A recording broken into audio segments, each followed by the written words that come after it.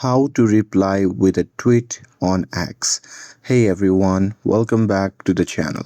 In today's video, I'll show you how to reply to a tweet on X. So now, without further ado, let's get started.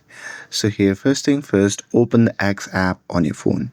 And now here, once you're inside the app, just find the tweet that you want to reply to. And now here, once you have found the tweet that you want to reply to, you can just tap on the comments icon, which can be seen just at the bottom left side of that particular tweet. And now here, once you tap on it, you'll be prompted to the replies section.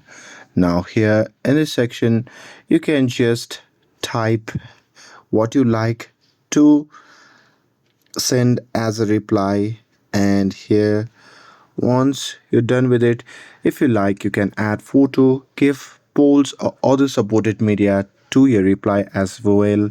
And once you're done with everything, you can just tap on reply button, which can be seen in the top right corner of the screen.